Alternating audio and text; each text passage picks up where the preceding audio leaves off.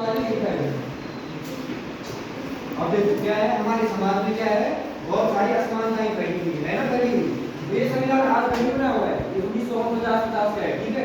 मतलब उस टाइम ही हमने सोच लिया, उस टाइम बहुत ज्यादा असमानताएं, कोई किसी के कलर के लेके, जैसे किसी का रंग लेके उसमें ये करता था कि ये भेदभाव करता था, कोई पैसे के आधार पर करता था, कोई जाति के आधार पर, धर्म के आधार पर, मतलब अलग अलग टाइप से हम क्या करते थे, असमानता, ठीक है नहीं। लेकिन उसी को देखते हुए ये क्या बनाया, संविधान में समानता का अधिकार बनाया, समझ गए। इसके अंदर क्या है, कोई तुम्हारे साथ अगर भेदभाव करेगा, जो सारे मौलिक अधिकार है उनके अंदर क्या, उनके लिए हम क्या जा सकते हैं, सुप्रीम कोर्ट जा सकते हैं। कोई भी तुम्हारे साथ अगर कुछ गलत करता है इन अधिकारों को लेकर, कोई छेड़छाड़ करेगा तुम्हारी समानता के साथ, अगर तुम कहाँ जा सकते हो, सुप्रीम कोर्ट जा सकते हो, समझ लो। इसीलिए ये मौलिक अधिकार है, मौलिक अधिकार मतलब जो किसी नागरिक को चाहिए ही चाहिए, बिल्कुल समझ लो।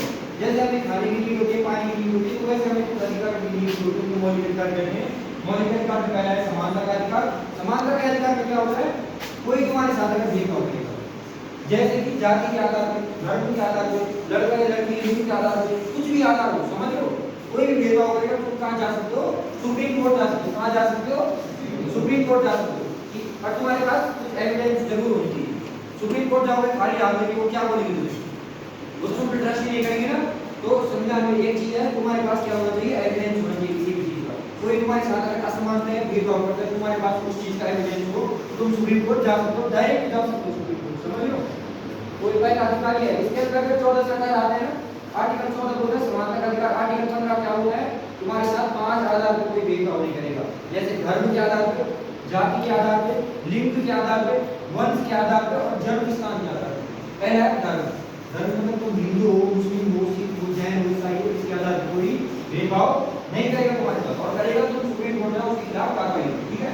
दूसरा है धर्म जाति के आधार पर, जैसे हमारे साइड बहुत होता है कि नहीं होता है, ये नहीं होना चाहिए, है कि नहीं, ये गलत।